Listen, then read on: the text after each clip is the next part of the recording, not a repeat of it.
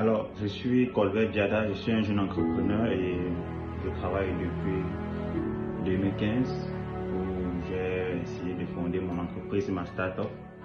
Sauf que de 2015 en 2022, je travaille. Et à un moment donné, je m'arrête, je me pose la question, mais pourquoi est-ce que je travaille? Parce que dans ce travail, j'ai toujours besoin d'argent. On ne parle pas d'un besoin de 100 000, 200 000, on parle de besoin de millions. Et j'ai toujours besoin d'argent, et j'évolue. Alors, quel est le principe de l'évolution? Le principe de l'évolution, c'est de prendre une dette. Et lorsque je prends une dette, je mène une activité. Après, les fruits de cette activité produisent de l'argent et je rembourse cette dette. Alors, aujourd'hui, je vais vous expliquer la matrice dans laquelle on se trouve, parce que moi j'appelle ça une matrice. J'appelle ça une matrice parce que je me retrouve toujours en train de travailler. À quand sera la fin de ce travail? Alors moi j'appelle ça une matrice et je vous invite à suivre ce que moi j'ai découvert pour l'instant. Alors, d'après Robert Kiyosaki, la vie se résume sur ces 4 cadrans. Le premier cadran qui veut dire employé. Le deuxième cadran qui veut dire entrepreneur. Le cadran qui veut dire businessman. Le quatrième cadran qui veut dire investisseur. Alors, je ne vais pas revenir sur le rôle de ces 3 différents cadrans, mais directement je vais vous exposer ce que j'ai découvert. Alors, de ces 3 éléments-ci, Robert Kiyosaki explique que dans la vie, quel que soit là où tu nais, il faut quitter ces 3 éléments pour atteindre ce 4e élément, ce 4e stade qui est le stade d'investisseur. Alors l'investisseur, c'est quoi? C'est ce que j'appelle l'industrie de la finance.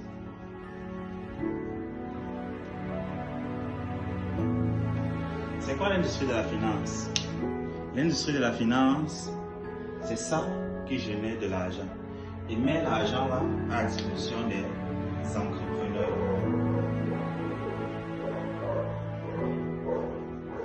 Entrepreneurs businessmen, ça met à la disposition des entrepreneurs businessmen. Ces gens-ci font à leur tour, les entrepreneurs font à leur tour. Lorsqu'on a un entrepreneur, à son tour, l'entrepreneur fait travailler ce qu'on appelle les employés. Et lorsqu'ils font travailler les employés, les entrepreneurs gagnent l'argent du fruit du travail des employés. C'est-à-dire, les employés génèrent 2 choses, ils génèrent la richesse. Les employés génèrent la richesse. Et maintenant, les employés reçoivent un salaire.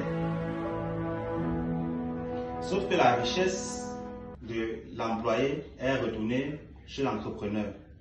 Et le salaire de l'employé retourne dans 2 choses. Le salaire de l'employé retourne dans, première chose, le projet que l'entrepreneur a créé.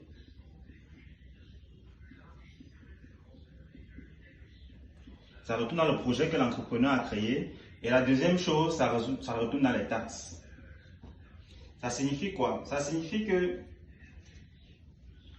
l'industrie de la finance met de l'argent à la disposition des entrepreneurs. Les entrepreneurs font travailler des employés. Les employés génèrent ce qu'on appelle la richesse et reçoivent en contrepartie un salaire. La richesse permet à l'entrepreneur de pouvoir rembourser l'argent qu'il a emprunté à l'industrie de la finance et ainsi le salaire que reçoit l'employé sera dépensé dans 2 choses. Première chose, ça sera dépensé dans l'un des projets d'un entrepreneur différent. La seconde chose, c'est les taxes. Le résumé de notre vie. Le résumé de notre vie, c'est que l'industrie de la finance contrôle notre temps et définit l'avenir du monde. C'est l'industrie de la finance qui définit les projets qu'ils vont financer. Quand l'industrie de la finance dit « alors nous allons financer ce projet », alors ils sont en train de financer l'achat du temps de millions de personnes. Et ils financent leurs désirs parce qu'à la fin, l'argent revient à l'industrie de la finance. Alors, voilà ainsi présenté la théorie de l'industrie de la finance, d'où vient l'argent, où va l'argent. Et je vous invite à laisser un commentaire parce que je n'ai pas l'habitude de faire ce type de vidéo. Mais aujourd'hui, j'ai tenu à partager ce que j'ai découvert, afin de recueillir vos commentaires et voir si je fais erreur ou pas.